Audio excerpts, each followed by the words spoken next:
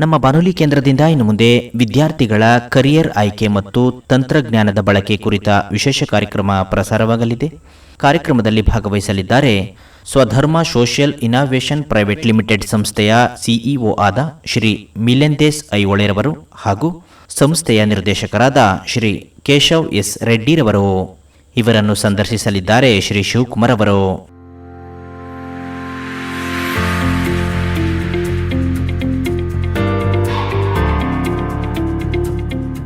ಶ್ರೋತೃಗಳಿಗೆಲ್ಲ ನಮಸ್ಕಾರ.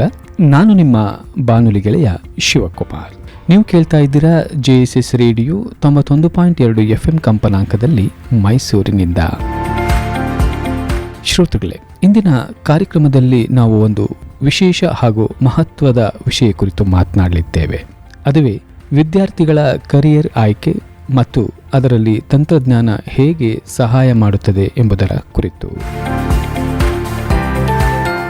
ಈ ವಿಷಯ ಕುರಿತು ಮಾತನಾಡಲಿಕ್ಕೆ ಇಂದು ನಮ್ಮ ಜೊತೆಗಿದ್ದಾರೆ ಸ್ವಧರ್ಮ ಸೋಷಿಯಲ್ ಇನೋವೇಷನ್ ಪ್ರೈವೇಟ್ ಲಿಮಿಟೆಡ್ ಸಂಸ್ಥೆಯ ಸಿಇಒ ಆಗಿರುವ ಮಿಲೆಂದೇಸ್ ಐಹೊಳೆರವರು ಹಾಗೂ ಈ ಸಂಸ್ಥೆಯ ನಿರ್ದೇಶಕರಾದ ಕೇಶವ್ ಎಸ್ ರೆಡ್ಡಿರವರು. ಬನ್ನಿ ಅವರನ್ನು ಕಾರ್ಯಕ್ರಮಕ್ಕೆ ಸ್ವಾಗತಿಸೋಣ. ಸರ್, ಕಾರ್ಯಕ್ರಮಕ್ಕೆ ಆತ್ಮೀಯವಾದ ಸ್ವಾಗತ. ಸರ್ ನಮಸ್ಕಾರ. ಥ್ಯಾಂಕ್ ಯು ವೆರಿ ಮಚ್ ನಮಗೆ ಅವಕಾಶ ಮಾಡಿಕೊಟ್ಟಿದ್ದಕ್ಕೆ. ಇಂಥ ಒಂದು ಚಾನೆಲ್ ಮಾಡಿರೋದೇ ತುಂಬ ಒಂದು ಉಪಯೋಗವಾದ ಅಂತ ನಾನು ಹೇಳೋಕ್ಕೆ ಇಷ್ಟಪಡ್ತೀನಿ. ಯಾಕಂತಾರೆ ಈ ಒಂದು ಸಿಚುವೇಷನ್ನಲ್ಲಿ ಮಕ್ಕಳಿಗೆ, ಪೋಷಕರಿಗೆ ಒಂದು ಜಾಗದಿಂದ ಹಲವಾರು ವಿಷಯಗಳು ತಿಳ್ಕೊಳ್ಳೋಕ್ಕೆ ನೀವು ಇಷ್ಟೊಂದು ಕಾರ್ಯಕ್ರಮಗಳು ಒಂದು ವಾರದಲ್ಲಿ ಇಷ್ಟೊಂದು ಮಾಡಿಕೊಡ್ತಿದ್ರ ಅಂತ ತುಂಬಾ ಇದು. ಮತ್ತು ನಮಗೆ ಈ ಅವಕಾಶ ಮಾಡಿಕೊಟ್ಟಿದ್ದಕ್ಕೂ ತುಂಬ thank you sir. Yes sir, ಧನ್ಯವಾದಗಳು ಸರ್. ಸರ್, ಈ ದಿನ ತಮ್ಮ ಜೊತೆ ಮಾತನಾಡಲಿಕ್ಕೆ ನನಗಂತೂ ಬಹಳ ಸಂತೋಷ ಆಗುತ್ತೆ. ಯಾಕಂದರೆ ಪ್ರಸ್ತುತ ಒಂದು ದೊಡ್ಡ ಸವಾಲಂದರೆ ಅದು ನಿರುದ್ಯೋಗದ ಸವಾಲು. ಇಂತಹ ಸವಾಲುಗಳನ್ನು ನಿವಾರಿಸಲಿಕ್ಕೆ ಅಥವಾ ಇದಕ್ಕೆ ಒಂದು ಸಪೋರ್ಟಿವ್ ಆಗಿ ಕೆಲಸ ಮಾಡಲಿಕ್ಕೆ ತಮ್ಮದೊಂದು ಸಂಸ್ಥೆ ಭಾಳ ಶ್ರಮಿಸ್ತಾ ಇದೆ. ಹಾಗಾಗಿ ಮೊದಲಿಗೆ ತಮಗೆ ನಾನು ಅಭಿನಂದನೆಗಳನ್ನು ಸಲ್ಲಿಸ್ತೇನೆ ಸರ್. ಸರ್, ಪ್ರಸ್ತುತ ದಿನಗಳಲ್ಲಿ ನಾವು ಗಮನಿಸೋ ಬಹುಮುಖ್ಯ ವಿಚಾರಗಳಲ್ಲಿ ಒಂದು, ಸಾವಿರಾರು ವಿದ್ಯಾರ್ಥಿಗಳು ಪದವಿಯನ್ನು ಮುಗಿಸಿರ್ತಾರೆ, ಸ್ನಾತಕೋತ್ತರ ಪದವಿಯನ್ನು ಮುಗಿಸಿರ್ತಾರೆ, ಆದರೆ ಉದ್ಯೋಗ ಸಿಗ್ತಾ ಇಲ್ಲ ಅಂತ ಒದ್ದಾಡ್ತಾ ಇರ್ತಾರೆ.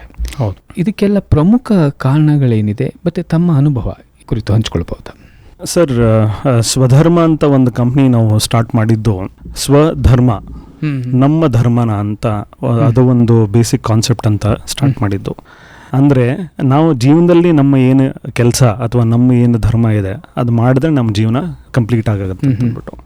ಸೊ ಲಾಸ್ಟ್ ಒಂದು 20 ವರ್ಷದಲ್ಲಿ ನಾನು ಒಂದು ರಿಕ್ರೂಟ್ಮೆಂಟ್ ಹಲವಾರು ಒಂದು MNCಸು, ಸ್ಟಾರ್ಟಪ್ಸು ಮತ್ತು ಮೀಡಿಯಮ್ ಸೈಜ್ ಕಂಪ್ನೀಸ್ಗೆಲ್ಲ ವರ್ಕ್ ಮಾಡಿದ್ದು ರಿಕ್ರೂಟ್ಮೆಂಟಲ್ಲೇ ನಾನು. ಸೊ ಹಲವಾರು ಕಂಪ್ನೀಸ್ಗೆ ಜನರನ್ನ ಇಂಟರ್ವ್ಯೂ ಮಾಡಿ ಅವ್ರಿಗೆ ಟ್ರೈನಿಂಗ್ ಮಾಡಿ ಕಳಿಸ್ತಾ ಇದ್ವಿ.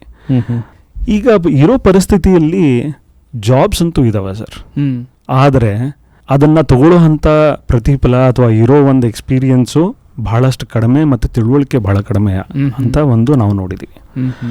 ಮೋರೋವರ್ ಈಗ ದೇಶದಲ್ಲಿ ಇಷ್ಟೊಂದು ಡೆವಲಪ್ಮೆಂಟ್, ಲೋಕಲೈಸೇಷನ್ ಅಂತ ಒಂದು ವರ್ಡ್ ಇದೆ ಅಂತಂದರೆ ಎಲ್ರಿಗೂ ಅದೇ ಜಾಗದಲ್ಲಿ ಜಾಬ್ ಬೇಕಾಗಿದೆ. ಈಗ ಫಾರ್ ಎಕ್ಸಾಂಪಲ್ ನಾನು ಮೈಸೂರು ಕಂಪೇರ್ ಮಾಡಿ ಬೆಂಗಳೂರಲ್ಲಿ ಜಾಬ್ ಕಂಪೇರ್ ಮಾಡಿದ್ರೆ ಅಲ್ಲಿ ನನಗೆ 2 ಲಕ್ಷ ಜಾಬ್ ಸಿಕ್ತು ಅಂತಂದರೆ ಮೈಸೂರಲ್ಲಿ ಬಹುಶಃ ಕಡಿಮೆ ಇರ್ಬೋದು. ಬಟ್ ಇಲ್ಲೂ ಅಷ್ಟೇ ಮಕ್ಕಳಿದ್ದಾರೆ, ಇಲ್ಲೂ ಇಷ್ಟೇ ಕೇಪಬಿಲಿಟಿ ಇದೆ. ಆದರೆ ನನಗೆ ಇದೇ ಪರ್ಟಿಕ್ಯುಲರೇ ಜಾಗ ಬೇಕು ಅಥವಾ ಇಲ್ಲೇ ನನಗೆ ಇಷ್ಟೇ ಸಂಬಳ ಬೇಕು ಅಥವಾ ಇದೇ ಪರ್ಟಿಕ್ಯುಲರ್ ಪೊಸಿಷನಲ್ಲಿ ಬೇಕು ಅಂತಂದ್ಬಿಟ್ಟು ಇದರಿಂದ ಭಾಳಷ್ಟು ಜನ ಜಾಬ್ಸ್ ತಗೊಳ್ಳೋದು ಇಲ್ಲ. ನಾವು ಕ್ಯಾಂಪಸ್ ಇಂಟರ್ವ್ಯೂಸಲ್ಲೆಲ್ಲ ನೋಡಿದ್ದೀವಿ, ಎಷ್ಟೊಂದು ಜನ ಇಂಟರ್ವ್ಯೂ ತಗೊಳ್ತಾರೆ, ಬಟ್ ಆದ್ರೂ ಆಫರ್ ಲೆಟರ್ ತೊಗೊಂಡ್ರು ಸಹಿತ ಜಾಯ್ನೂ ಮಾಡೋದಿಲ್ಲ. ಇದು ಒಂದು ಕಡೆ ಆಗ್ತಿದೆ. ಎರಡನೇ ಕಡೆ ಮಕ್ಕಳು ಬಹಳಷ್ಟು ಕೋರ್ಸಸ್ಸು ತನ್ನ ಇಂಟ್ರೆಸ್ಟ್ ಇದರಿಂದ ತಗೊಳ್ದೇ ಇರೋನಿಂದ ಅವ್ರಿಗೆ ಆ ಪರ್ಟಿಕ್ಯುಲರ್ ಜಾಬಲ್ಲಿ ಕೆಲಸ ಮಾಡಬೇಕು ಅಂತ ಅವ್ರು ಅಂತರ ಅದು ಅನುಕೂಲ ಅಂತ ಅನಿಸೋದಿಲ್ಲ.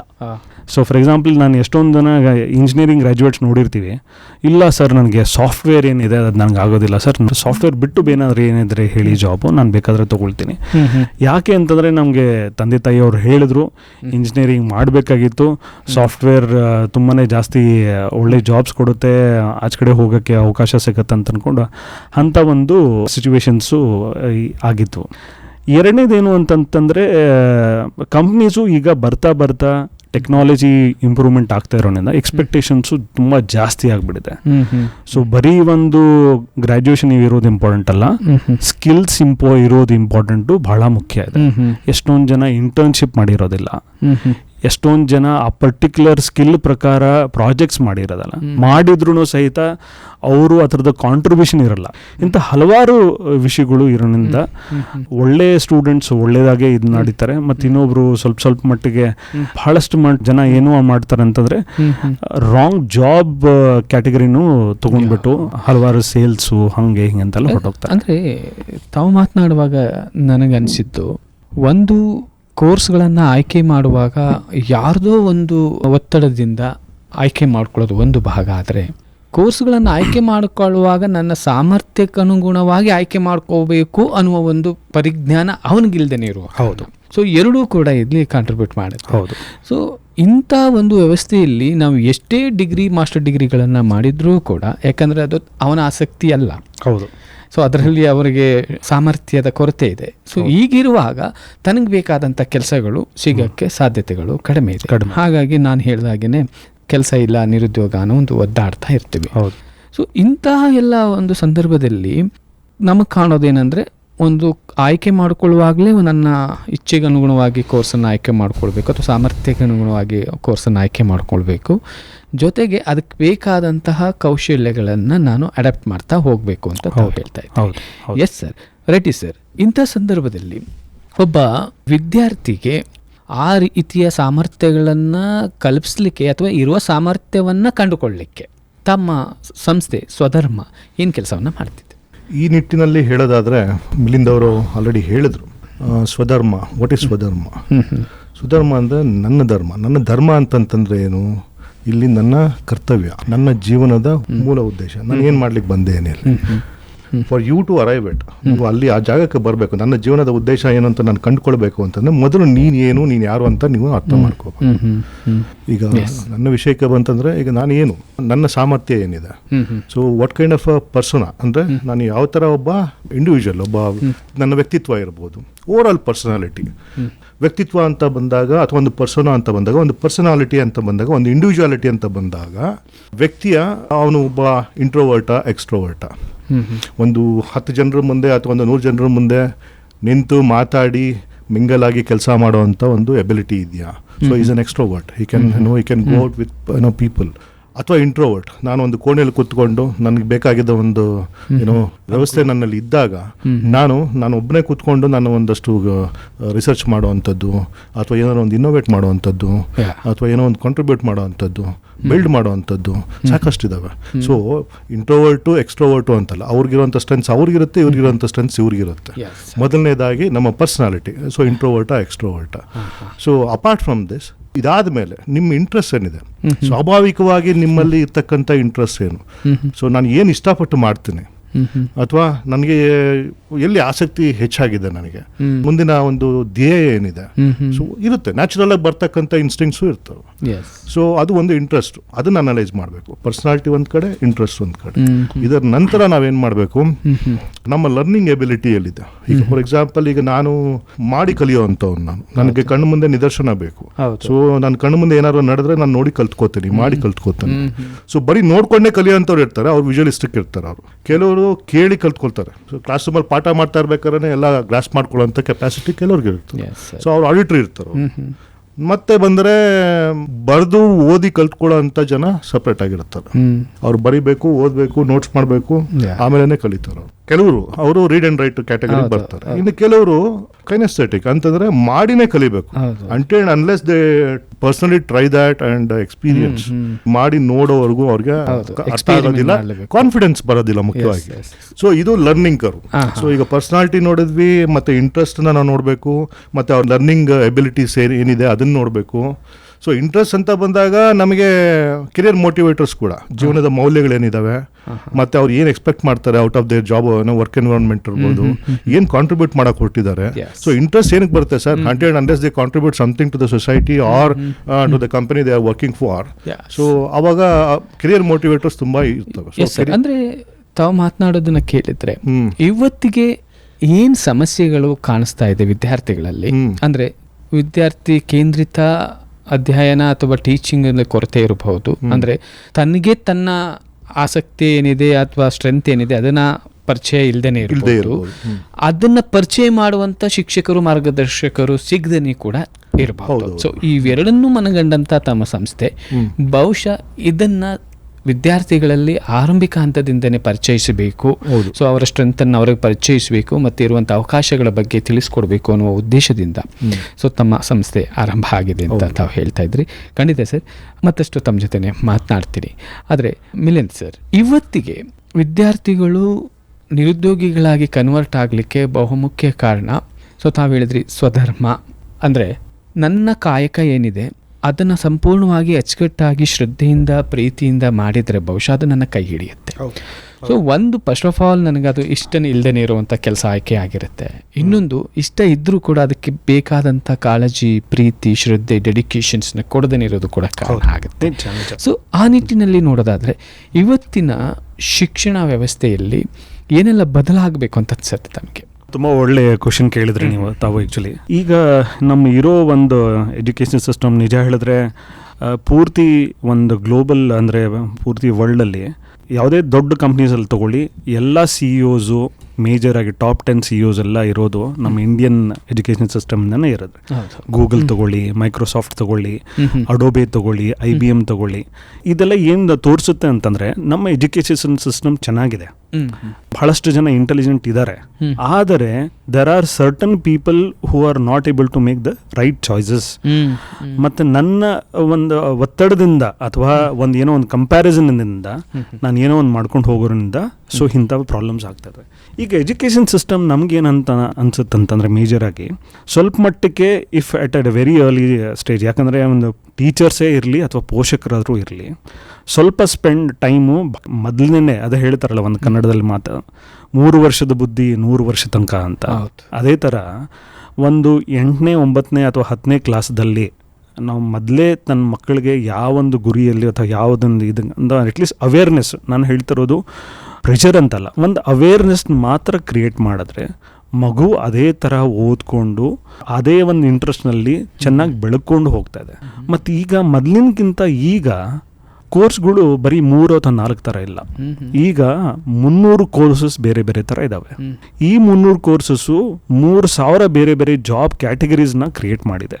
ಇದರಿಂದ ಯಾರಾದರೂ ಆಯಿತು ನಾನು ಇಂಜಿನಿಯರಿಂಗ್ ಮಾಡೋಕ್ಕಾಗಲಿಲ್ಲ ಅಥವಾ ಇಂಜಿನಿಯರಿಂಗ್ ಮಾಡಿದೆ ಬಟ್ ಇದು ನನಗೆ ಮಾಡೋಕ್ಕಾಗಲ್ಲ ಅಂತ ಅಂದ್ಕೊಂಡದ್ದು ಭಾಳನೇ ತಪ್ಪು. ಅವರು ಇಂಜಿನಿಯರಿಂಗ್ ಮಾಡಿಕೊಂಡು ಸಹಿತ ಅದನ್ನಲ್ಲೇ ಯಾವುದೋ ಒಂದು particular job category, for example ಈಗ ನಾವು CA ಅಂತ ಅಂದ್ಕೊಳ್ಳೋಣ, ಅವರು ಆಡಿಟಿಂಗಲ್ಲಿ ಚೆನ್ನಾಗಿ ಇಲ್ಲದೆ ಇರ್ಬೋದು ಬಟ್ ಟ್ಯಾಕ್ಸೇಷನಲ್ಲಿ ಚೆನ್ನಾಗಿರ್ಬೋದು, ಅಥವಾ ನಾನು ರಿಕನ್ಸಿಲೇಷನ್ ಯಾವುದೋ ಒಂದು ಪರ್ಟಿಕ್ಯುಲರ್ ಸ್ಕಿಲ್ ಜಾಬ್ ಕ್ಯಾಟಗರಿ ಇರುತ್ತೆ. ನನಗನ್ಸುತ್ತೆ ಈಗ ಸಂಸ್ಥೆಗಳು ಸ್ವಲ್ಪ ಮಟ್ಟಿಗೆ ಸ್ಕಿಲ್ ಡೆವಲಪ್ಮೆಂಟು ಅವು ಇವೆಲ್ಲ ಮಾಡ್ತಾ ಇದ್ದಾರೆ. ಬಟ್ ಆದಷ್ಟು ಬೇಗ ನಂಗೆ ಅನ್ಸುತ್ತೆ ಪೋಷಕರು ಸಹಿತ ಸ್ವಲ್ಪ ತನ್ನ ಮಕ್ಕಳ ಜೊತೆ ಟೈಮ್ ಸ್ಪೆಂಡ್ ಮಾಡಿ, ಮತ್ತು ನಮ್ಮಂಥ ಒಂದು ಸಂಸ್ಥೆ ಆದರೂ ಇರಲಿ ಅಥವಾ ಬೇರೆ ಯಾವುದೋ ಇದ್ರೆ ಸ್ವಲ್ಪ ಟೈಮ್ ರೈಟ್ ಟೈಮಲ್ಲಿ 8th 9th 10th 12th ಆಮೇಲೆ ಫೈನಲ್ ಇಯರ್ ಗ್ರ್ಯಾಜುಯೇಷನ್ಗೆ ಇಂಥ ಒಂದು ಕರಿಯರ್ ಕೌನ್ಸಿಲಿಂಗ್ ಅಂತ ಒಂದು ಸಣ್ಣ ಸೆಷನ್ನು ತೊಗೊಂಡ್ರೆ ಹಾರ್ಡ್ಲಿ 1 ಅವರಲ್ಲಿ ಇದು ಒಂದು ಸಿಂಪಲ್ ಆಗಿ ಏನು ಹೇಳ್ಬೋದು ಅಂತಂದರೆ, ಯಾರನಲ್ಲಿ ಏನು ಕೇಪಬಿಲಿಟಿ ಒಂದು ಅಬ್ದುಲ್ ಕಲಾಂ ಆಗುವಂಥ ಕೆಪಾಸಿಟಿ ಅಥವಾ ಯಾರು ರಾಜ್ಕುಮಾರ್ ಆಗೋ ಕೆಪಾಸಿಟಿ ಇದೆಯಾ ಅಥವಾ ಯಾರು ಲತಾ ಮಂಗೇಶ್ಕರ್ ಆಗ್ಬೋದು ಅಂತ ಕೆಪಾಸಿಟಿನ ತಿಳ್ಕೊಳ್ಳೋಕ್ಕೆ ಅದು 40 ವರ್ಷ ಆದಮೇಲೆ ತಿಳ್ಕೊಳ್ಳೋ ಬದಲಿ ಇವರು ಒಂದು 15-20 ವಯಸ್ಸದಲ್ಲಿ ಗೊತ್ತಾಯಿತು ಅಂತಂದರೆ ಅದನ್ನು ಬೆಳೆಸ್ಕೊಂಡು ಹೋಗ್ತಾರೆ. ಮತ್ತು ಈಗ ಅವಕಾಶಗಳು ಹಾಗೇ ಇದ್ದಾವೆ. ಖಂಡಿತ. ಒಂದು ಶಾಲೆ ಒಳಗಡೆ 100 ಮಕ್ಕಳು ಇದ್ದಾರೆ ಅಂತ ಹೇಳಿದ್ರೆ 100 ಮಕ್ಕಳಲ್ಲಿ ಒಂದು 10% ಜನ ಮೆಡಿಕಲ್ಗೆ ಹೋಗುವಂಥ ಕೆಪಾಸಿಟಿ, ಆಸಕ್ತಿ ಎರಡೂ ಇದೆ. ಇನ್ನೊಂದು 10% ಜನಕ್ಕೆ ಇಂಜಿನಿಯರಿಂಗ್ ಹೋಗುವಂಥ ಕೆಪಾಸಿಟಿ, ಸಾಮರ್ಥ್ಯ ಇದೆ. ಇನ್ನು ಉಳಿದ ಮಕ್ಕಳು ಬೇರೆ ಬೇರೆ ಕೆಪಾಸಿಟಿ, ಪೊಟೆನ್ಷಿಯಲ್ ಇರುವಂಥ ಮಕ್ಕಳಿದ್ದಾರೆ. ಸೊ ಇದನ್ನು ಅವರು ಶಿಕ್ಷಕರಾಗಿ ಅಥವಾ ಅಲ್ಲಿನ ಒಂದು ಆಡಳಿತ ವ್ಯವಸ್ಥೆಯಾಗಿ ಅಥವಾ ಪೋಷಕರಾಗಿ ಸೊ ಆ ಮಕ್ಕಳ ಸಾಮರ್ಥ್ಯವನ್ನು ಗುರುತಿಸಿ ಅವ್ರಿಗೆ ಬೇಕಾದಂಥ ಒಂದು ಉತ್ತೇಜನ, ಮಾರ್ಗದರ್ಶನ ಅಲ್ಲಿಂದನೇ ಆರಂಭ ಆಗಬೇಕು ಅಂತ ತಾವು ಹೇಳ್ತಾ ಇದ್ರಿ. ಇಂಥ ಒಂದು ವ್ಯವಸ್ಥಿತವಾದಂಥ ಕೆಲಸವನ್ನು ಮಾಡಲಿಕ್ಕೆ ನಮ್ಮ ಶಾಲೆಗಳಲ್ಲಿ ಇವತ್ತು ನಾವು ಕೊರತೆಯನ್ನು ಕಾಣ್ತಾ ಇದ್ವಿ. ಅಂದರೆ ಅದಕ್ಕೆ ಕಾರಣಗಳು ಬೇರೆ ಬೇರೆ ಇರಬಹುದು. ಆದರೆ ಸತ್ಯ ಈ ಮಕ್ಕಳಿಗೆ ಅಂದರೆ ಸ್ಟೂಡೆಂಟ್ ಸೆಂಟ್ರಿಕ್ ಆಗಿ ಯೋಚನೆ ಮಾಡುವಂಥ ಆಲೋಚನೆಗಳ ಕೊರತೆ ನಮ್ಮ ಹತ್ರ ಇದೆ. ಈ ಕೊರತೆಗಳನ್ನು ನೀಗಿಸಲಿಕ್ಕೆ ಅಥವಾ ಕಾಂಪನ್ಸೇಟ್ ಮಾಡಲಿಕ್ಕೆ ತಮ್ಮ ಸ್ವಧರ್ಮ ಅಂಥ ಸಂಸ್ಥೆಗಳು ಕರಿಯರ್ ಕೌನ್ಸಿಲಿಂಗ್ ಥರನೋ ಅಥವಾ ಸ್ಟಡಿ ಕೌನ್ಸಿಲಿಂಗ್ ಥರನೋ. ಸೊ ಈ ಥರದ ಒಂದು ಆ್ಯಕ್ಟಿವಿಟೀಸನ್ನು ಮಾಡಿಕೊಂಡು ಆಯಾಯ ಶಾಲೆಗಳಲ್ಲಿ ಮಕ್ಕಳಿಗೆ ಬೇಕಾದಂಥ ಆಯಾಯ ಹಂತದಲ್ಲಿ ಕೊಡುವಂಥ ಒಂದು ಸಾಮರ್ಥ್ಯ ಅಭಿವೃದ್ಧಿ ಅಂತಲೇ ಹೇಳ್ಬೋದು. ಸೊ ಈ ರೀತಿಯ ಕೆಲಸವನ್ನು ತಾವು ಮಾಡ್ತಾ ಇದ್ದೀರಿ. ಕರೆಕ್ಟ್. ಸೊ ಆ ನಿಟ್ಟಿನಲ್ಲಿ ನೋಡೋದಾದರೆ ಈ ಒಂದು ಗ್ಯಾಪ್ಸ್ನ ಫುಲ್ಫಿಲ್ ಮಾಡಲಿಕ್ಕೆ ತಮ್ಮ ಸುಧರ್ಮ ಸಂಸ್ಥೆ ಏನೆಲ್ಲ ಆ್ಯಕ್ಟಿವಿಟೀಸ್ನ ಮಾಡುತ್ತೆ ಅಂತ? ಮೂಲಭೂತವಾಗಿ ನಾವು ಸದ್ಯಕ್ಕೆ ನಾವು ಏನು ಮಾಡ್ತಿದ್ದೀವಿ ಅಂತಂದರೆ, ಈಗ ಹಲವಾರು ಒಂದು ಶಾಲೆಗಳಿಗೆಲ್ಲ ಮಾತಾಡಿಕೊಂಡು ಈಗ ನಮ್ಮ ಇರೋ ಒಂದು ಸಿಚುವೇಶನ್ನು ಎಲ್ರಿಗೂ ಸೊಲ್ಯೂಷನ್ ಇಲ್ಲದೆ ಇದ್ರೂ ಸಹಿತ, ಆಗಲೇ ಹೇಳಿದೆ ನಿಮಗೆ, ಒಂದು 40% ಸ್ಕೋರ್ ಮಾಡೋರಿಂದ 80% ಸ್ಕೋರ್ ಮಾಡೋರು ಯಾರು ಇರ್ತಾರೆ ಅವ್ರಿಗೆ ಮಾತ್ರ ಸ್ವಲ್ಪ ಜಾಸ್ತಿ ಗೊಂದಲ ಇರುತ್ತೆ. ಅವ್ರನ್ನ ನಾವು ಏನು ಮಾಡ್ಬೋದು ಅಂತಂದರೆ, ಇದು ಒಂದು ಜಸ್ಟ್ 1 ಅವರಲ್ಲಿ ನಮ್ಮದು ಪ್ಲ್ಯಾಟ್ಫಾರ್ಮ್ ಇದೆ, ಆ್ಯಪು ಇದೆ. ಈ ಆ್ಯಪಲ್ಲಿ ಅವ್ರು ಹೋಗ್ಬಿಟ್ಟು ಒಂದು ಜಸ್ಟ್ 1 ಅವರ್ ಟೈಮ್ ಸ್ಪೆಂಡ್ ಮಾಡೋದು ಫ್ರೀಯಾಗೆ ಮಾಡ್ಬೋದು. ಇನ್ಫ್ಯಾಕ್ಟ್ ಇದು ನಮ್ಮದು ಸ್ಪೆಷಾಲಿಟಿ ಏನಂತಂದರೆ, ಅವರೇ ಫ್ರೀಯಾಗಿ ಅದನ್ನು ಟೆಸ್ಟನ್ನು ತೊಗೋಬೋದು. ಬಟ್ ರಿಪೋರ್ಟ್ ನಾವು ಕೊಡೋಕ್ಕೆ ಸ್ವಲ್ಪ ಮಟ್ಟಿಗೆ ಒಂದು ಸಣ್ಣ ನಾಮಿನಲ್ ಫೀ ಇರುತ್ತೆ. ಇದು 1 ಗಂಟೆಯಲ್ಲಿ ಅವ್ರಿಗೆ ಆಲೋಚನೆಗಳು ಶುರು ಆಗ್ತವೆ. ಓ ನಂದು ಹೇಗೆ ಅಂತಂದರೆ, ಈ ಪ್ರಶ್ನೆಗಳು ಕೇಳೋದು ಹೇಗಿರುತ್ತೆ ಅಂತಂದರೆ, ಅವ್ರದ್ದು ಆಸಕ್ತಿ ಏನಿದೆ, ಅವ್ರ ಪರ್ಸನಾಲಿಟಿ ಹೇಗಿದೆ ಅಂತಂದ್ಬಿಟ್ಟು ಭಾಳ ವಿವರವಾಗಿ ಸೂಕ್ಷ್ಮವಾಗಿ ಅದನ್ನು ಬಿಡಿಸ್ತಾ ಒಂದು ಕಡಿಮೆ ಒಂದು 100 ಪ್ರಶ್ನೆಗಳು, 80 ಇಂದ 100 ಪ್ರಶ್ನೆಗಳು ಕೇಳ್ಕೊಂಡು, ಮತ್ತು ಈ ಕ್ವಶನ್ಸು ಹೇಗೆ ಬರ್ತವೆ ಅಂತ, ಪ್ರಶ್ನೆಗಳು ಹೇಗೆ ಬರ್ತವೆ ಅಂತಂದರೆ ಅವರು ಹೇಗೆ ಉತ್ತರ ಕೊಡ್ತಾರೆ ಅದ್ರ ತಕ್ಕಂತೆ ಪ್ರಶ್ನೆಗಳು ಚೇಂಜ್ ಆಗ್ತವೆ. ಸೊ ಒಂದು ಮಗು ಕೇಳಿರೋ ಪ್ರಶ್ನೆ ಬೇರೆಯವ್ರಿಗೆ ಅದೇ ಥರ ಕೇಳೋದಿಲ್ಲ. ಅದು ಇದು AI ಬೇಸ್ಡ್ ಇರೋದ್ರಿಂದ ಆ ಪ್ರಶ್ನೆನೂ ಹಾಗೆ ಸ್ವಲ್ಪ ಮಟ್ಟಿಗೆ ಚೇಂಜ್ ಆಗಿಬಿಟ್ಟು, ಸೊ ದ್ಯಾಟ್ ಅವ್ರನ್ನ ಡಿಸ್ಕವರಿ ಮಾಡೋಕ್ಕೆ, ಹೇಳ್ತಾರಲ್ಲ ಕರಿಯರ್ ಡಿಸ್ಕವರಿ, ಅವ್ರದ್ದು ಆ್ಯಕ್ಚುಲ್ ಏನು ಎಕ್ಸ್ಪ್ಲೋರ್ ಮಾಡ್ಕೊಳ್ಳೋಕ್ಕೆ ಅಂತ ನಾವು ಇನ್ಫ್ಯಾಕ್ಟ್ ಈ ಒಂದು ಹೇಗಿದೆ ಅಂತಂದರೆ, ಈ ನಮ್ಮ ರಿಪೋರ್ಟು ಆಲ್ಮೋಸ್ಟ್ 35ಇಂದ 40 ಪೇಜ್ ತನಕ ಇರುತ್ತೆ. ಇದರಲ್ಲಿ ಎಲ್ಲನೂ ನಾವು ವಿವರವಾಗಿ ಹೇಳ್ತೀವಿ. ಯಾವ ಕೋರ್ಸ್ ತೊಗೋಬೋದು ಅವ್ರ ಒಂದು ಪರ್ಸ್ನಾಲಿಟಿ ಬೇಸಿಸಲ್ಲಿ, ಅವ್ರ ಒಂದು ಇಂಟ್ರೆಸ್ಟ್ ಬೇಸಿಸಲ್ಲಿ ಎಲ್ಲಿ ತೊಗೋಬೋದು. JSS ಅಲ್ಲೇ ತೊಗೋಬೇಕು. ಇನ್ನು JSS ಅಲ್ಲಿ ಯಾವ ಕೋರ್ಸು, ಮೈಸೂರಲ್ಲಿ ಎಲ್ಲಿ, ಅದ ಕೋರ್ಸ್ಗೆ ಎಷ್ಟು ಫೀಸು, ಕೋರ್ಸ್ ಮುಗಿಸಾದ್ಮೇಲೆ ಏನು ಮತ್ತೆ ಸ್ಕಿಲ್ ಡೆವಲಪ್ಮೆಂಟ್ ಮಾಡಿಕೊಂಡು ಎಷ್ಟು ಸಂಬಳ ಸಿಗುತ್ತೆ, ಅದನ್ನೂ ಸಹಿತ ನಾವು ಈ ರಿಪೋರ್ಟಲ್ಲಿ ಮೆನ್ಷನ್ ಮಾಡ್ತೀವಿ. ಆದರೆ ಅವನಿಗೆ ಆಸಕ್ತಿ ಕ್ಷೇತ್ರಗಳಿಗೆ ಅನುಗುಣವಾಗಿ AI ಬೇಸ್ಡಲ್ಲಿರುವಂಥ ಸಾಫ್ಟ್ವೇರು ಅವನ ಪ್ರಶ್ನೆಗಳಿಗೆ ಅವನು ಉತ್ತರಿಸ್ತಾ ಹೋದಾಗ ಅವನಿಗೆ ಯಾವ ಏರಿಯಾದಲ್ಲಿ ಇವನಿಗೆ ಸೂಟ್ ಆಗುತ್ತೆ, ಫಿಟ್ ಆಗುತ್ತೆ ಅನ್ನೋದನ್ನು ಅದು ಗೈಡ್ ಮಾಡುತ್ತೆ. ಹೌದು. ಸೊ ಆ ಒಂದು ಆ್ಯಪಲ್ಲಿರುವಂಥ ಕ್ವಶನ್ಸ್ಗಳಿಗೆ ಅವರು ಉತ್ತರಿಸಿದರೆ ಅದು ಒಂದು ರಿಸಲ್ಟಿನ ಫಲಿತಾಂಶವನ್ನು ಕೊಡುತ್ತೆ. ಆ ಫಲಿತಾಂಶವನ್ನು ನೇರವಾಗಿ ಅವರು ನೋಡ್ತಾರಾ ಅಥವಾ ನಿಮ್ಮನ್ನು ಕಾಂಟ್ಯಾಕ್ಟ್ ಮಾಡಬೇಕಾ? ನಮ್ಮನ್ನು ಕಾಂಟ್ಯಾಕ್ಟ್ ಮಾಡಬೇಕಾಗತ್ತೆ. ಯಾಕಂತಂದರೆ ಅದು ರಿಪೋರ್ಟು 35 40 ಪೇಜ್ ಇರೋದ್ರಿಂದ ಸ್ವಲ್ಪ ಅದನ್ನು ನಾವು ತಿಳಿಸ್ಬೇಕಾಗತ್ತೆ, ಅನಾಲಿಸಿಸ್ ಮಾಡಿಬಿಟ್ಟು ತಿಳಿಸ್ಬೇಕಾಗತ್ತೆ. ಅದನ್ನು ನಾವು ಒಂದು 1-on-1 ಅಂತ ಅಂದ್ಕೊಂಡು ಡಿಸ್ಕಷನ್ ಮಾಡ್ಕೊಂಡು ಮಾಡಬೇಕಾಗತ್ತೆ. ಇಲ್ಲ ಅವರೇ ಸ್ವತಃ ಅದನ್ನು ರಿಪೋರ್ಟ್ ನೋಡಿಕೊಂಡು ತಂದೆ ತಾಯಿ ಅವ್ರ ಜೊತೆ ಡಿಸ್ಕಷನ್ ಮಾಡ್ಕೊಂಡು, ಅಫ್ಕೋರ್ಸ್ ಎಲ್ಲಾನು ಇಂಗ್ಲೀಷಲ್ಲೇ ಇರುತ್ತೆ. ರಿಸಲ್ಟ್ ಬೇಕಾದ ಮಲ್ಟಿ ಲ್ಯಾಂಗ್ವೇಜಲ್ಲೂ ಬರುತ್ತೆ. ಫಾರ್ ಎಕ್ಸಾಂಪಲ್ ಕನ್ನಡದಲ್ಲೂ ರಿಪೋರ್ಟ್ ಬೇಕಾ, ಬಟ್ PDF ಬಂದಾಗ ಅದು ಇಂಗ್ಲೀಷ್ದಲ್ಲೇ ಇರುತ್ತೆ. ಸೊ ಹಿಂಗಿದೆ. Yes sir. ಅಂದರೆ ಅವರು ಆ ಒಂದು ಆ್ಯಪಲ್ಲಿರುವಂಥ ಪ್ರಶ್ನೆಗಳಿಗೆ ಉತ್ತರಿಸಬೇಕಾದ್ರೆ ಈ ಓಪನ್ ಸೋರ್ಸಲ್ಲಿ ಸಿಗುತ್ತೋ ಅಥವಾ ನಿಮ್ಮ ಕಾಂಟ್ಯಾಕ್ಟ್ ಮಾಡಿ ತೊಗೋಬೇಕಾಗತ್ತೆ, ಹೇಗೆ ಅದು? ಇಲ್ಲ ಸರ್, ಅದು ನಾವು ಆ್ಯಕ್ಚುಲಿ ನಾವೇನು ಲಿಂಕ್ ಕೊಟ್ಟಿರ್ತೀವಿ ಅಲ್ಲೇ ಅವರು ಇನ್ಫ್ಯಾಕ್ಟ್ ಅವ್ರ ರಿಪೋರ್ಟ್ ಇದು ಮಾಡಿದ್ದೆ ನಮಗೆ ಅಲರ್ಟ್ ಬಂದ್ಬಿಡುತ್ತೆ. ಇವರು ಯಾಕಂದರೆ ಅದರಲ್ಲಿ ನಾವು ರಿಜಿಸ್ಟ್ರೇಷನ್ ಒಂದು ಸಣ್ಣದಾಗ ಒಂದು ರಿಜಿಸ್ಟ್ರೇಷನ್ ಇರುತ್ತೆ. ಯಾಕಂದರೆ ಈಗ ಯಾರೋ ಒಬ್ಬರು ರಾಧಾ ಅಂತ ಒಂದು ಮೆಸೇಜ್ ಇದು ಮಾಡಿದ್ರು ಅಂತಂದರೆ ಹಂಗೆ ಹಲವಾರು ರಾಧಾಗಳು ತೊಗೊಂತಿತ್ತು. ಸೊ ಆ ಒಂದು ರೀಸನ್ ಇಮೇಲ್ ID ಮತ್ತು ಫೋನ್ ನಂಬರ್ ತೊಗೊಂಡು ಅವ್ರಿಗೆ ಅದು ರಿಪೋರ್ಟ್ ಹೋಗೋ ಹಾಗೆ ಅನುಕೂಲ ಮಾಡ್ಕೊಳ್ಳೋಕ್ಕೆ ಅಂತಂದ್ರೆ ನಮ್ಗೆ ಇಮಿಡಿಯೇಟಾಗಿ ಒಂದು ರಿಪೋರ್ಟ್ ಬರುತ್ತೆ, ರಾಧಾ ಅಂತವರು ಅದನ್ನು ಟೆಸ್ಟ್ ತೊಗೊಂಡಿದ್ದಾರೆ ಅಂತ. ಆ ಟೆಸ್ಟ್ ನಮ್ಗೆ ಡೀಟೇಲ್ಡಾಗಿ ಬರುತ್ತೆ. ಸೊ ಈ ಕರಿಯರ್ ಕೌನ್ಸಿಲಿಂಗಲ್ಲಿ ಆ್ಯಕ್ಚುಲಿ 3 ಸ್ಟೇಜ್ ಇರುತ್ತೆ ಸರ್. ಒಂದು, ನಾವು ಜನರಲಿ ಮೊದಲು ಅವ್ರ ಜೊತೆ ಮಾತಾಡ್ತೀವಿ, ಅವ್ರದ್ದೇನು ಆಸಕ್ತಿ ಅಂತ ಕೇಳಿಕೊಂಡು ಆಮೇಲೆ ಇದನ್ನು ಟೆಸ್ಟ್ ಕೊಡ್ತೀವಿ. ಬಟ್ ಈಗ ಎಲ್ರಿಗೂ ನಮ್ಗೆ ಅದು ತಲುಪಕ್ಕಾಗೋದಿಲ್ಲ. ಸೊ ಏನು ಮಾಡ್ಬೋದು ಅಂತಂದರೆ, ಇನ್ನು ಟೆಸ್ಟ್ ಫಸ್ಟ್ ಅವ್ರು ತೊಗೊಂಡ್ಬಿಟ್ಟು ಬೇಕಾದ್ರೆ ಆಮೇಲೆ ನಾವು ಅವ್ರಿಗೆ ಇನ್ನೂ ಜಾಸ್ತಿ ಕುತೂಹಲ ಇತ್ತು, ಯಾಕಂದರೆ ಎಷ್ಟು ಹುಷಾರಿದ್ದಾರೆ ಅಂತಂದರೆ ಪ್ರಶ್ನೆದಲ್ಲೇ ಅರ್ಥ ಮಾಡ್ಕೊಂಡು ಬಿಡ್ತಾರೆ. ಓಹೋ ನಾನು ಹೆಂಗೆ ಯೋಚನೆ ಮಾಡ್ತಿದ್ದೆ, ನನ್ನ ಜೀವನ ಹೆಂಗೆಂಗೋ ಹೋಗ್ತಿತ್ತು, ಈಗ ಬರೀ ಪ್ರಶ್ನೆಯಿಂದಾನೇ ನನಗೆ ಎಷ್ಟೊಂದು ಕ್ಲಾರಿಟಿ ಬಂದ್ಬಿಡ್ತು ಅಂತಂದ್ಬಿಟ್ಟು. ಅದು ಸ್ವಾಭಾವಿಕ ಎಲ್ರಿಗೂ. ಆ್ಯಕ್ಚುಲಿ ಸರ್ ಒಂದು ಮಾತಿದೆ, ನಾವು ಒಂದು 6 ಸಲ ಒಂದು ಪ್ರಶ್ನೆಗೆ ವೈ ಅಂತ ಕೇಳ್ಕೊಂಡು ಹೋಗ್ಬಿಟ್ರೆ ಫುಲ್ ಕ್ಲಾರಿಟಿ ಬರುತ್ತೆ. ಇಷ್ಟೊಂದು ಸೈಂಟಿಫಿಕ್ ಆಗಿದೆ. ಮತ್ತು ಅಫ್ಕೋರ್ಸ್ ನಾವು ಈ ರಿಪೋರ್ಟ್ ಮಾಡ್ತಾ ಇರೋದು ಸುಮ್ಮನೆ ಅಂತಲ್ಲ, ಇದರಲ್ಲಿ ಸ್ಟ್ಯಾಟಿಸ್ಟಿಕ್ಸ್ ಇದೆ, ಮ್ಯಾಥಮೆಟಿಕ್ಸ್ ಇದೆ, ಸೈಕಾಲಜಿಕಲ್ ಥಿಯರೀಸ್ ಬೇಸಿಸಲ್ಲಿ ಇದ್ರ ರಿಲಯಬಿಲಿಟಿ ಅಂತ ಒಂದು ವಿಷಯ ಹೇಳ್ತಾರೆ. 93% ರಿಲಯಬಿಲಿಟಿ ಇದೆ ಈ ಪರ್ಟಿಕ್ಯುಲರ್ ರಿಪೋರ್ಟಲ್ಲಿ. ಮತ್ತು ಇನ್ನು ನಿಮ್ಮ ಒಂದು ಎಕ್ಸ್ಟೆಂಡೆಡ್ ಕ್ವೆಶನ್ಗೆ ಉತ್ತರ ಏನು ಅಂತಂದರೆ, ಈಗ ಸ್ಕೂಲ್ಸು ಕಾಲೇಜಸಲ್ಲಿ ಇಂಥವೆಲ್ಲ ಸ್ಕಿಲ್ಸ್ದು ಗ್ಯಾಪ್ ಬರ್ತಾ ಇರೋದ್ರಿಂದ NEP ಅಂತ ನ್ಯಾಷನಲ್ ಎಜುಕೇಷನ್ ಪಾಲಿಸಿ ಗೌರ್ಮೆಂಟ್ದವ್ರು ಮಾಡಿದ್ದಾರೆ. ಅದ್ರಲ್ಲಿ ಏನಾದ್ರು ಮಾಡಿದ್ದಾರೆ ಅಂದರೆ ಪ್ರತಿಯೊಂದು ಸಂಸ್ಥೆಯಲ್ಲಿ ಎಜುಕೇಷನಲ್ ಕೌನ್ಸಿಲರ್ ಇರಲೇಬೇಕು ಅಂತ, ಕರಿಯರ್ ಕೌನ್ಸಿಲರ್ ಇರಲೇಬೇಕು ಅಂತ. ಒಂದೊಂದು ಕಡೆ ಸುಮ್ಮನೆ ಇದ್ದಾರೆ, ಬಟ್ ಅದು ಮಾಡೋಕ್ಕಾಗ್ತಾ ಇಲ್ಲ. ಬಹಳಷ್ಟು ಸಲ ಪ್ರಿನ್ಸಿಪಲ್ಸು ಅಥವಾ ವೈಸ್ ಪ್ರಿನ್ಸಿಪಲ್ಸು ಅವರೇ ಸ್ವತಃ ಇದನ್ನ ಈ ಒಂದು ಕೆಲಸ ಮಾಡ್ತಾ ಇದ್ದಾರೆ. ಬಟ್ ಅವ್ರು ಮಾಡೋಕ್ಕೆ ಆಗದೇ ಇರ್ಬೋದು. ಬಟ್ ಮಾಡೋಕ್ಕೆ ನಾವು ಅವ್ರಿಗೆ ಏನು ಟೂಲ್ಸ್ ಬೇಕಾಗಿದೆ ಆ ಟೂಲ್ಸು ನಾವು ಈ ಒಂದು ರಿಪೋರ್ಟಿಂದ ಅವ್ರಿಗೆ ಪ್ರೊವೈಡ್ ಮಾಡ್ತಾ ಇದ್ದೀವಿ. ಅಂದರೆ ನೀವು ಶಾಲೆಗಳು ಕಾಲೇಜುಗಳಲ್ಲಿ ಈ ಒಂದು ಪ್ಲಾಟ್ಫಾರ್ಮ್ನ ಬಳಸ್ಕೊಳ್ಳಿಕ್ಕೆ ಅವಕಾಶವನ್ನು ಕೊಡ್ತೀರಿ, ಅದಕ್ಕೆ ಬೇಕಾದಂಥ ಒಂದು ನಾಮಿನಲ್ ಫೀಸನ್ನು ಸೆಟ್ ಮಾಡ್ತೀರಿ. ಹೌದು. ಹಾಗೆಯೇ ಯಾವ ತರಗತಿಯಿಂದ ತಾವು ಆರಂಭ ಮಾಡ್ತೀರಿ ಅಥವಾ ಎಲ್ಲಿವರೆಗೂ ಈ ಒಂದು ಟೂಲ್ನ ಬಳಸ್ಲಿಕ್ಕೆ ಸಾಧ್ಯ ಇದೆ? ತುಂಬ ಒಳ್ಳೆ ಇಂಪಾರ್ಟೆಂಟ್ ಪ್ರಶ್ನೆ ಸರ್ ಇದು. ಆ್ಯಕ್ಚುಲಿ ಸ್ಟಾರ್ಟ್ ಮಾಡಬೇಕಾದ್ರೆ 7ನೇ ಕ್ಲಾಸ್ನಿಂದಾನೆ, ಆದರೆ 8ನೇ ಕ್ಲಾಸು ಮೋಸ್ಟ್ ಐಡಿಯಲ್ಲು. ಯಾಕಂದರೆ 10ನೇ ಕ್ಲಾಸ್ಗೆ ಹೆಂಗೆ ಅಂತಂದರೆ ರೋಡಲ್ಲಿ ಹೋಗಬೇಕಾದ್ರೆ 4ನೇ ಗೇರಲ್ಲಿ ಹೋಗ್ಬಿಟ್ಟು ಗಾಡಿ ಒಂದೇ ಸಲ ಯೂ ಟರ್ನ್ ಮಾಡಿ ಅಂತಂದ್ರೆ ಆಗೋದಿಲ್ಲ. ಸೊ 10th ಸ್ಟ್ಯಾಂಡರ್ಡಲ್ಲಿ ಹೋಗ್ಬಿಟ್ಟು ಒಂದೇ ಸಲ ಅಯ್ಯೋ ನಾನು ಇಷ್ಟೊಂದು ಇಲ್ಲಿ ನನಗೆ ಯಾಕೋ ಸೈನ್ಸಲ್ಲಿ ನನಗೆ ಅಷ್ಟೊಂದು ಇದಾಗ್ತಾ ಇಲ್ಲ, ಅಥವಾ ನನಗೆ ಆರ್ಟ್ಸಲ್ಲಿ ಏನೋ ಸರಿಯಾಗಿ ಇದಾಗ್ತಿಲ್ಲ ಅಂತದ್ದು ಅವಾಗ ಚೇಂಜ್ ಮಾಡೋ ಬದಲಿ 8th 9th 10th ಈ ಒಂದು most ಐಡಿಯಲ್ಲು.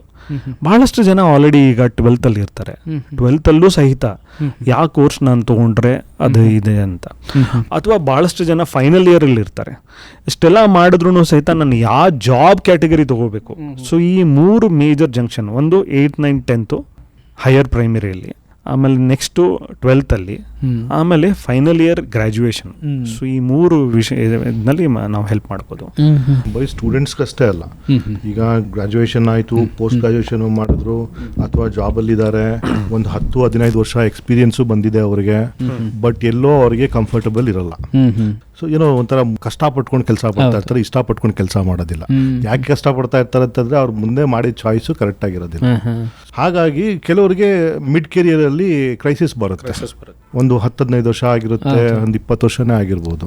So people at 40s ನಮ್ಮ ದೇಶದಲ್ಲಿ ಸರ್ವೆ ಪ್ರಕಾರ ಒಂದು 40 ವರ್ಷ, ಆ ಒಂದು 35-40 ವರ್ಷ ಆ ಟೈಮ್ ಬರೋಷ್ಟೊತ್ತಿಗೆ ಅವರಿಗೆ ಇಲ್ಲ ಯಾಕೋ ನಾನೇನೋ ಇದು ನನಗಲ್ಲ ಅನಿಸುತ್ತೆ ಅಂತ ಒಂದು ಫೀಲಿಂಗ್ ಬಂದಿರ್ಬೋದು.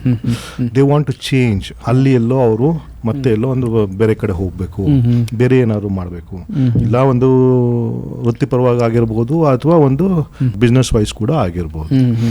ಅವಾಗ ಕೂಡ ಅವ್ರಿಗೆ ಏನಾದ್ರು ಚೇಂಜಸ್ ಮಾಡ್ಕೋಬೇಕು ಅಂತ ಅನ್ಸಿದ್ರೆ ದೇ ವಾಂಟ್ ಟು ನೋ ಏನಪ್ಪ ವೇರ್ ಎಕ್ಸಾಕ್ಟ್ಲಿ ಐ ಫಿಟ್, ಅಥವಾ ನಾನು ಏನು ಮಾಡಿದ್ರೆ ಸರಿ ಹೋಗುತ್ತೆ ಅಂಥವ್ರಿಗೂ ಕೂಡ ನಾವು ಕೌನ್ಸಿಲಿಂಗ್ ಮಾಡೋದಕ್ಕೆ ರೆಡಿ. ಅವಾಗ ಕೂಡ ಈ ಒಂದು ನಮ್ಮ ಅಸೆಸ್ಮೆಂಟು ಅಪ್ಲೈ ಆಗುತ್ತೆ, ನಮ್ಮ ರಿಪೋರ್ಟ್ ಖಂಡಿತ ಅವ್ರಿಗೆ ಹೆಲ್ಪ್ ಮಾಡುತ್ತೆ.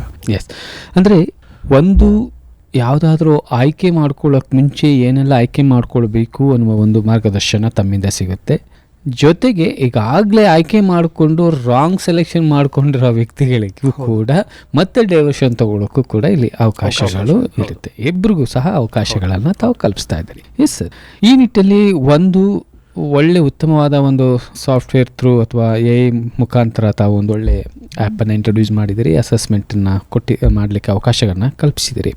ಸೊ ಇದನ್ನು ಬಳಸ್ಕೊಳ್ಬೇಕಷ್ಟೇ. ಯಾಕಂದರೆ ಇವತ್ತಿನ ಗ್ಯಾಪ್ಸನ್ನ ಫುಲ್ಫಿಲ್ ಮಾಡಲಿಕ್ಕೆ ಈ ಥರದ ಒಂದು ಇನೋವೇಟಿವ್ ಬೇಕೇ ಬೇಕು, ಹೊಸತನಗಳನ್ನು ತಂದಿದ್ದೀರಿ. ಇದನ್ನು ನಾವು ಬಳಸ್ಕೊಳ್ಬೇಕಷ್ಟೇ. ಸೊ ಬಹುಶಃ ನಮ್ಮ ಈ ರೇಡಿಯೋ ಕಾರ್ಯಕ್ರಮ ಕೇಳ್ತಿರುವಾಗ ಸಾಕಷ್ಟು ಶಾಲೆಗಳು ಆಲೋಚನೆ ಮಾಡಬೇಕು, ಈ ಥರದೊಂದು ಕರಿಯರ್ ಗೈಡೆನ್ಸ್ ನಮಗೆ ಬೇಕಾಗಿದೆ, ಇದನ್ನು ಬಳಸ್ಕೊಳ್ಬಹುದು ಅಂತ ಅನಿಸ್ಬೋದು ಸರ್. ಆ ನಿಟ್ಟಿನಲ್ಲಿ ನೋಡೋದಾದರೆ ಈ ಒಂದು ಸಮಸ್ಯೆಯನ್ನು ಬಗೆಹರಿಸಲಿಕ್ಕೆ ಪೋಷಕರು ಮತ್ತು ಶಿಕ್ಷಕರ ಪಾತ್ರ ಹೇಗಿರುತ್ತೆ? ಒಂದು ಏನಂತಂದರೆ ಬಹಳಷ್ಟು ಒಂದು ವಿಪರೀತವಾದ ಸಿಚುವೇಶನ್ ಏನಂತಂದರೆ, with no offence to any one particular profession, doctor ಇದ್ದವರು ತನ್ನ ಮಕ್ಕಳು ಬರೀ ಡಾಕ್ಟರೇ ಆಗಬೇಕು ಅಂತ ಭಾಳ ಆಸೆ ಪಡ್ತಾರೆ. ಮತ್ತು ಇಂಥ ಒಂದು ಸಿಚುವೇಶನ್ಸು ನೋಡಿದ್ದೀವಿ. ಅದು ಹೆಂಗೆ ನನ್ನ ಸ್ವಂತ ಮಗ ಅಥವಾ ಮಗಳು ನಾನು ಡಾಕ್ಟರ್ ಆಗಕ್ಕಾಗಲ್ಲ ಅಂತ ಅಂದ್ಕೊಂಡು ಈ ಒಂದು ಯೋಚನೆ ಮಾಡೋದು, ಅದು ಒಂದು ಸ್ವಲ್ಪ ನನಗನ್ಸುತ್ತೆ ಪೋಷಕರು ಬಹಳಷ್ಟು ಈ ಒಂದು ವಿಷಯದಲ್ಲಿ ಓಪನ್ ಮೈಂಡೆಡ್ ಆಗಿರಬೇಕು. ಆವಾಗಲೇ ಅವರು ತುಂಬ ಚೆನ್ನಾಗಿ ಬೆಳಿಬಹುದು ಅಂತ. ಎಲ್ಲರಿಗಿಂತ ಇಂಪಾರ್ಟೆಂಟು ಮಕ್ಕಳು ತುಂಬಾ ಹುಷಾರು. ಇದನ್ನು ನಾವು ಯಾವಾಗಲೂ ಹೇಳ್ತೀವಿ, ಪ್ರತಿ ಜನ್ರೇಷನು ಹಿಂದಿನ ಜನ್ರೇಷನ್ಗಿಂತ ಬಹಳ ಮುಂದೆ ಹೋಗ್ತಾನೆ ಇರುತ್ತೆ. ಅವ್ರು ಹುಷಾರಾಗಿರ್ತಾರೆ, ಅವ್ರಿಗೆಲ್ಲ ತಿಳುವಳಿಕೆನೂ ಇರುತ್ತೆ.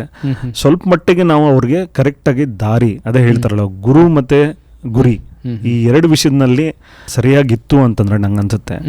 ಗುರು ಅಂತೂ ಸ್ಕೂಲು ಇದನ್ನಲ್ಲೇ ಇರ್ತಾರೆ, ಇನ್ನು ಗುರಿ ಸ್ವಲ್ಪ ಮಟ್ಟಿಗೆ ತೋರ್ಸಕ್ಕೆ ಪೋಷಕರು ಮತ್ತೆ ಟೀಚರ್ಸ್ ಎಲ್ಲ ಸ್ವಲ್ಪ ಮಟ್ಟಿಗೆ ಅದು ಎಷ್ಟೇ ಇರಲಿ, ಒಂದು ವರ್ಷದ ಅಕಾಡೆಮಿಕ್ ಟೈಮಲ್ಲಿ ಒಂದು ಅರ್ಧ ಗಂಟೆ ಒಂದು ಮಗು ಜೊತೆ ಕೂತ್ಕೊಂಡ್ರು ಸಹಿತ ಹಲವಾರು ವಿಷಯಗಳು ತಿಳ್ಕೊಳ್ಬಹುದು. ಒಂದು ದೊಡ್ಡ ಏನಂತಾರೆ ಅದಕ್ಕೆ ಡಿಸಾಸ್ಟರ್ನ ಅವಾಯ್ಡ್ ಮಾಡ್ಕೊಳ್ಬಹುದು ಅಂತ ಅನ್ಕೊಂಡು ನಾನು ಹೇಳಕ್ಕೆ ಇಷ್ಟಪಡ್ತೀನಿ. ಎಸ್ ಸರ್, ಒಂದು ವಿದ್ಯಾರ್ಥಿ ತನ್ನ ಅಚೀವ್ ಮಾಡಬೇಕು ಅಂತ ಹೇಳಿದ್ರೆ ಆ ವ್ಯಕ್ತಿ, ಪೋಷಕರು ಮತ್ತು ಶಿಕ್ಷಕರ ಈ ಮೂರು ಪಾತ್ರ ಬಹಳ ಮುಖ್ಯವಾಗಿ. ತುಂಬಾ ಎಫರ್ಟ್ ಹೋಗುತ್ತೆ ಇದರಲ್ಲಿ. ಒಂದು ಚಾಯ್ಸ್ ಮಾಡ್ಬಿಡ್ತಾರೆ, ಮಾಡೋದು ತುಂಬಾ ಈಸಿ, ಬ್ಲೈಂಡ್ ಆಗಿ ಮಾಡ್ಬಿಡ್ತಾರೆ, ವಿಚಾರ ಮಾಡಿರೋದಿಲ್ಲ. ಸೊ ಬ್ಲೈಂಡ್ ಆಗಿ ಮಾಡೋದ್ರಿಂದ ಏನಾಗುತ್ತೆ, ಅದಕ್ಕೆ ಇವತ್ತು ಶಿಕ್ಷಣ ಒಂದು ಅಂತ ಬಂದಾಗ ಅದಕ್ಕಾಗೋ ವೆಚ್ಚ ನಮಗೆ ಗೊತ್ತಾಗಿದೆ ಎಷ್ಟಾಗುತ್ತೆ ಅಂತ. ಇವತ್ತೆಲ್ಲ ಲಕ್ಷಗಳಲ್ಲೇ ಆಗೋದು. ಸೊ ಒಂದು ಮನಿ, ಇನ್ನೊಂದು ಟೈಮು, ಎಫರ್ಟ್, ಇಷ್ಟು ಹೋಗುತ್ತೆ for the next say some 6 years or 7 years ಆಗಿರ್ಬೋದು. SLC ಆಗಿರುತ್ತೆ, PU 2 years, ಡಿಗ್ರಿ ಒಂದು 3 years 5 years, ಮಾಸ್ಟರ್ ಡಿಗ್ರಿ ಒಂದು 2 years ಅಥವಾ 3 years ಅಂತ ಇಟ್ಕೊಂಡ್ರೆ ಅದೊಂದು 7-8 years ಹೋಗುತ್ತೆ. ಸೊ ಇಷ್ಟು ಎಫರ್ಟ್ ಹಾಕಿರ್ತೇವೆ ನಾವು. ಇಷ್ಟೆಲ್ಲ ಬಂದು ನಾವು ನಾಳೆ ಜಾಬ್ಗೆ ಹೋದಾಗ ಜಾಬ್ ಎನ್ವಿರಾನ್ಮೆಂಟ್ ನನಗೆ ಸೂಟ್ ಆಗಲಿಲ್ಲ, ನಾನು ಈ ಥರ ಅಂದ್ಕೊಂಡಿರ್ಲಿಲ್ಲ, ಈ ಥರ ಇರುತ್ತೆ ಅಂತ ಅಂದ್ಕೊಂಡಿರ್ಲಿಲ್ಲ, ನನ್ನ ಇಮ್ಯಾಜಿನೇಷನ್ನೇ ಬೇರೆ ಇತ್ತು. ಅವಾಗ ರಿಗ್ರೆಟ್ ಆಗೋದಕ್ಕಿಂತ ಮುಂದೆನೆ ಈಗಲೇ ನಾನು ಏನು ಅಂತ ಅರ್ಥ ಮಾಡ್ಕೊಂಬಿಟ್ಟು ನನಗೆ ವರ್ಕ್ ಎನ್ವಿರಾನ್ಮೆಂಟ್ ಯಾವ ಥರ ಇದ್ರೆ ಇಷ್ಟ ಆಗುತ್ತೆ, ಏನು ಕೆಲಸ ಮಾಡಿದ್ರೆ ನಾನು ಖುಷಿಯಾಗಿ ಮಾಡ್ತೀನಿ, ಏನು ಕೆಲಸ ಮಾಡಿದ್ರೆ ನಾನು ಸಾಧನೆ ಮಾಡ್ತೀನಿ, ಗೆಲ್ತೀನಿ, ಯಶಸ್ಸು ಕಾಣ್ತೀನಿ. ಸೊ ಆ ಕ್ಲಾರಿಟಿ ಇವಾಗಲೇ ಬಂದ್ಬಿಟ್ರೆ ನಮಗೆ. ಸೊ ನೀವು ಒಂದು 100 ಕ್ವಶನ್ ನೀವು ಅಟೆಂಡ್ ಮಾಡಿದ್ದೀರಿ ಅಂತಂದ್ರೆ ನಿಮ್ಗೆ ಅರ್ಥ ಆಗ್ಬಿಡುತ್ತೆ ಯಾಕೆ ಕೇಳಿದ್ರೆ ಈ ಕ್ವಶನ್. ಸೊ ನಾನು ಇದ್ರ ಬಗ್ಗೆ ಯೋಚನೆ ಮಾಡಿರ್ಲಿಲ್ಲ, ಒಂದು ವೈಚಾರಿಕತೆ ಬಂದ್ಬಿಡುತ್ತೆ ಅಲ್ಲಿ, ಒಂದು ಥಾಟ್ ಪ್ರೋಸೆಸ್ ಕ್ರಿಯೇಟ್ ಆಗ್ಬಿಡುತ್ತೆ. ಅದನ್ನ ನಾವು ಇಗ್ನೈಟ್ ಮಾಡಬೇಕು. ಅದನ್ನ ಯಾರು ಇಗ್ನೈಟ್ ಮಾಡಬೇಕು? ಟೀಚರ್ಸು ಇಗ್ನೈಟ್ ಮಾಡಬೇಕು, ಪೇರೆಂಟ್ಸು ಇಗ್ನೈಟ್ ಮಾಡಬೇಕು ಅವ್ರಿಗೆ. So they should have some clarity before they make a proper choice. Yes sir, ಆ ನಿಟ್ಟಿನಲ್ಲಿ ತಾವು ಕೋರ್ಸ್ಗಳನ್ನು ಆಯ್ಕೆ ಮಾಡ್ಕೊಳ್ಳಿಕ್ಕೆ ಮಾರ್ಗದರ್ಶನ ನೀಡ್ತೀರಿ, ಉದ್ಯೋಗಗಳನ್ನು ಆಯ್ಕೆ ಮಾಡ್ಕೊಳ್ಳಿಕ್ಕೆ ಮಾರ್ಗದರ್ಶನ ನೀಡ್ತೀರಿ, ಅದೇ ರೀತಿ ಎಕ್ಸಾಮ್ ಪ್ರಿಪ್ರೇಷನ್ಸ್ಗೂ ಕೂಡ ಮಾರ್ಗದರ್ಶನಗಳು ನೀಡ್ತೀವಿ. ಹೌದು ಸರ್, ಇದ್ರ ಬಗ್ಗೆ ತಾವೇ? ಹೌದು. ಸೊ ನಾವು ಆ್ಯಕ್ಚುಲಿ ಒಂದು ಕಂಪ್ನಿ ಜೊತೆ ಪಾರ್ಟ್ನರ್ ಮಾಡಿರೋದು ಇದು ಸಾಫ್ಟ್ವೇರ್ ಹೇಗೆ ಅಂತಂದರೆ, ನಾವು ಏನೇ ಪ್ರಿಪ್ರೇಷನ್ಸ್ ನೋಡಿದ್ದೀವಿ ಎಲ್ಲನೂ ಜಾಸ್ತಿ ಥಿಯರಿಟಿಕಲ್ಲೇ ಇರೋದು. ಒಂದು 5-10% ಮಾತ್ರ ಮಲ್ಟಿಪಲ್ ಚಾಯ್ಸ್ ಅಂತ ಹೇಳ್ತಾರೆ. ಆದರೆ ನಾವೆಲ್ಲ IIT ಎಕ್ಸಾಮ್ ತಗೊಳ್ಳಿ ಅಥವಾ ಗೌರ್ಮೆಂಟ್ ಎಲ್ಲ ಕಾಂಪಿಟೇಟಿವ್ ಎಕ್ಸಾಮ್ಸ್ ನೋಡಿ, ಅವೆಲ್ಲ ಆಗೋದು ಮಲ್ಟಿಪಲ್ ಚಾಯ್ಸಲ್ಲಿ. ಅದಕ್ಕೆ ಮಗುಗೆ ಒಂದೇ ಸಲ ಒಂಥರ ಶಾಕ್ ಅಂತ ಅನ್ಕೊಳ್ಳಿ, ಯಾಕಂದರೆ ಉತ್ತರ ಗೊತ್ತಿರುತ್ತೆ ಬಟ್ ಅಲ್ಲಿ ಹಲವಾರು ಪ್ರಶ್ನೆ ಇರೋದ್ರಿಂದ. ಅದಕ್ಕೆ ಹೇಳ್ತಾರಲ್ಲ, ಗೌರ್ಮೆಂಟ್ ಜಾಬ್ಸು ಬಹಳ ಕಡಿಮೆ ಜನ ಯಾಕೆ ಕ್ರ್ಯಾಕ್ ಮಾಡ್ತಾರೆ ಅಂತಂದರೆ ಹುಷಾರಾಗಿದ್ರೂ ಸಹಿತ ಆ ಪ್ರಶ್ನೆಗೆ ಉತ್ತರ ಬರೋದಿಲ್ಲ. ಅದಕ್ಕೆ ನಮ್ಮ ಈ ಒಂದು ಸಾಫ್ಟ್ವೇರ್ ಹೇಗಿದೆ ಅಂತಂದರೆ, ಫಸ್ಟ್ ಸ್ಟ್ಯಾಂಡರ್ಡಿಂದನೇ ಹಿಡ್ಕೊಂಡು ಅಥವಾ ಗ್ರ್ಯಾಜುಯೇಷನ್ನು ಅಥವಾ 12th 10th ಅವರು ಯಾವ ಪರ್ಟಿಕ್ಯುಲರ್ ಕೋರ್ಸಲ್ಲಿದ್ದಾರೆ ಅದರದ್ದು ಒಂದು MCQ ಅಂತ ಸಿಲೆಬಸ್ ಪ್ರಕಾರ, ಅದು IGSEನೇ ಇರಲಿ ಅಥವಾ CBSEನೇ ಇರಲಿ ಅಥವಾ ಸ್ಟೇಟ್ ಬೋರ್ಡೇ ಇರಲಿ, ಕಡಿಮೆ ಒಂದು 20-25 ಲಕ್ಷ ಕ್ವಶನ್ಸ್ ಇದ್ದಾವೆ ಇದರಲ್ಲಿ. ಆಮೇಲೆ 16,000 ವೆರೈಟಿ ಆಫ್ ಎಕ್ಸಾಮ್ಸ್ ಇದ್ದಾವೆ.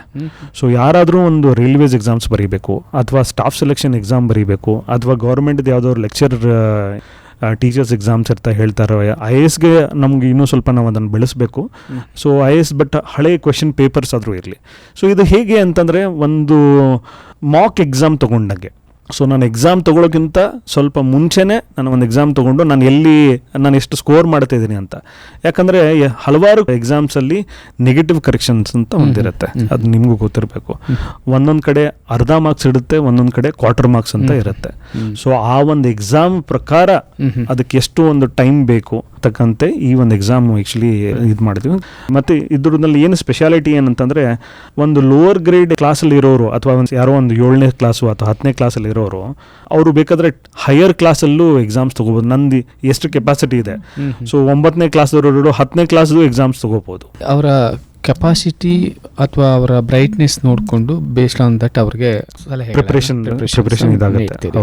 ಎಸ್ ಸರ್, ಒಂದು ಈ ಸ್ವಧರ್ಮ ಸಂಸ್ಥೆ ಕೋರ್ಸ್ಗಳನ್ನು ಆಯ್ಕೆ ಮಾಡ್ಕೊಳ್ಳೋದಿರ್ಬೋದು, ಉದ್ಯೋಗ ಅವಕಾಶಗಳಿಗೆ ಬೇಕಾದಂಥದ್ದು, ಎಕ್ಸಾಮಿನೇಷನ್ ಕಂಡಕ್ಟ್ ಮಾಡಲಿಕ್ಕೆ ಅಥವಾ ಅಟೆಂಡ್ ಮಾಡಲಿಕ್ಕೆ ಬೇಕಾದಂಥ ಗೈಡೆನ್ಸನ್ನು ಕೊಡುತ್ತೆ ಸರ್. ಒಟ್ಟಾರೆ ಈ ಎಲ್ಲ ಒಂದು ಒಳ್ಳೆ ಇನೋವೇಷನ್ಸು, ಹೊಸತನ ಮತ್ತು ಸಮಾಜಕ್ಕೆ ನೀಡ್ತಿರುವಂಥ ಕಾಂಟ್ರಿಬ್ಯೂಷನ್ಸನ್ನು ನೋಡಿ ತಮಗೊಂದು 2025ನೇ ಸಾಲಲ್ಲಿ best emerging social impact startup award ಅಂತ ಒಂದು ಕೊಟ್ಟರು. ಹೌದು ಹೌದು ಈ ಅವಾರ್ಡ್ ಬಗ್ಗೆ ಹೌದು ಸರ್. ಇದು ಒಂದು ಆ್ಯಕ್ಚುಲಿ ಬೆಂಗಳೂರಲ್ಲಿ ಆಗಿರೋ ಒಂದು ಇದರಲ್ಲಿ ಕಾಂಪಿಟೇಷನಲ್ಲಿ ಹಲವಾರು ಒಂದು ಸ್ಟಾರ್ಟಪ್ಸ್ ಇದರಲ್ಲಿ ಭಾಗವಹಿಸಿದ್ರು.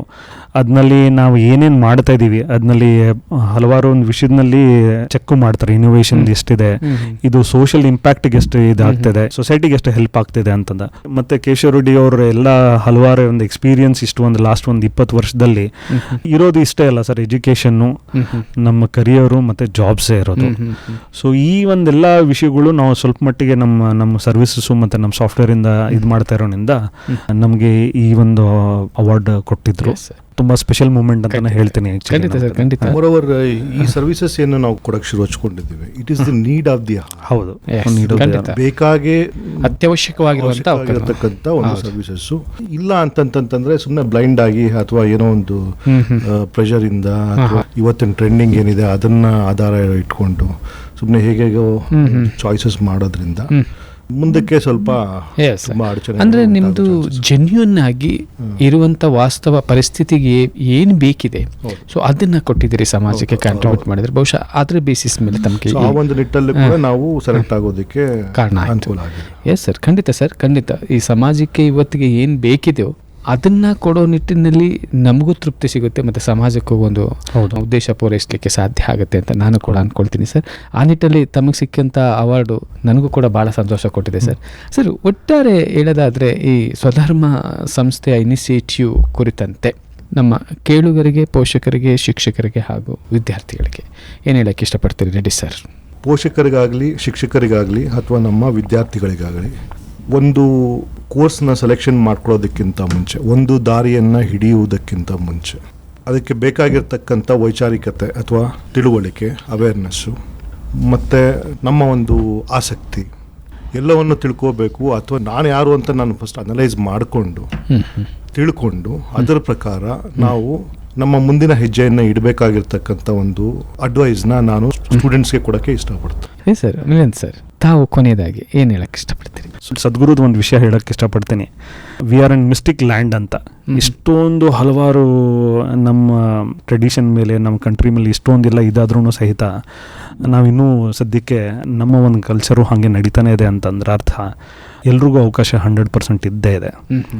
ದೇಶದಲ್ಲಿ ತುಂಬ ಹಲವಾರು ಗೌರ್ಮೆಂಟ್ ಕಡೆಯೂ ಆದರೂ ಇರಲಿ ಅಥವಾ ನಮ್ಮ ಸಮಾಜದ್ರೂ ಇರಲಿ ತುಂಬ ಬೆಳವಣಿಗೆ ಆಗ್ತಾ ಇರೋದ್ರಿಂದ ಎಲ್ರಿಗೂ ಅವಕಾಶ 100% ಆಗಿದೆ. ಆ ಕರೆಕ್ಟ್ ಅವಕಾಶ ನಾವು ತಗೋಬೇಕಾಗಿದೆ. ಅದಕ್ಕೆ ನಾವು ಕರೆಕ್ಟಾಗಿ ದಾರಿ ಮತ್ತು ಅದಕ್ಕೆ ಆಲೋಚನೆ ಮಾಡಿಕೊಂಡು ಅದು ಮಾಡಿದರೆ ಕರೆಕ್ಟ್ ಟೈಮಲ್ಲಿ ಅವಕಾಶಗಳು ಎಲ್ರಿಗೂ ಇದೆ ಅಂತ ನಾನು ಹೇಳಕ್ಕೆ ಇಷ್ಟಪಡ್ತೀನಿ. ಖಂಡಿತ ಸರ್, ಈ ಒಂದು ಸೀಮಿತ ಸಮಯದಲ್ಲಿ ಸಾಕಷ್ಟು ವಿಚಾರಗಳನ್ನು ತಿಳಿಸಿದಿರಿ. ಇವತ್ತಿನ ಬೇಕಾಗಿರುವಂಥ ಈ ಏನು ನಿರುದ್ಯೋಗ ಅನ್ನೋದನ್ನು ಹೋಗಲಾಡಿಸ್ಲಿಕ್ಕೆ ಅಥವಾ ಮಕ್ಕಳಲ್ಲಿ ಒಂದು ವಿಶ್ವಾಸವನ್ನು ತುಂಬಿ ತಾವು ಏನನ್ನು ಆಯ್ಕೆ ಮಾಡ್ಕೊಳ್ಬೇಕು, ಹೇಗೆ ಹೋಗಬೇಕು ಅನ್ನೋ ಒಂದು ಮಾರ್ಗದರ್ಶನಕ್ಕೆ ಒಂದು ಬುನಾದಿ ಹಾಕಿದಿರಿ ಸರ್.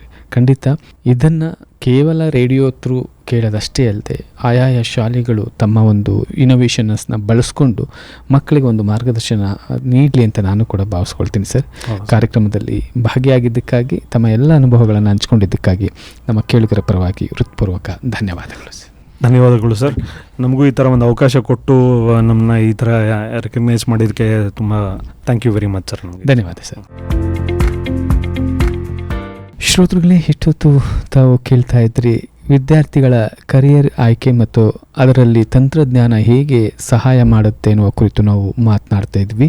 ಇಷ್ಟೊತ್ತು ಈ ಎಲ್ಲ ವಿಚಾರಗಳ ಕುರಿತು ನಮ್ಮ ಜೊತೆ ಹಂಚಿಕೊಂಡವರು ಸ್ವಧರ್ಮ ಸೋಷಿಯಲ್ ಇನೋವೇಷನ್ ಪ್ರೈವೇಟ್ ಲಿಮಿಟೆಡ್ ಸಂಸ್ಥೆಯ CEO ಆದಂತಹ ಅಮಿತ್ ಎಸ್ ಐಹೊಳೆರವರು ಹಾಗೂ ಇದರ ನಿರ್ದೇಶಕರಾದಂತಹ ಕೇಶವ್ ಎಸ್ ರೆಡ್ಡಿರವರು. ಇದು ಇವತ್ತಿನ ಕಾರ್ಯಕ್ರಮ. ಮತ್ತೊಂದು ಕಾರ್ಯಕ್ರಮ ಜೊತೆ ತಮ್ಮನ್ನು ಭೇಟಿಯಾಗ್ತೀನಿ. ಅಲ್ಲಿವರೆಗೂ ನಮಸ್ಕಾರ.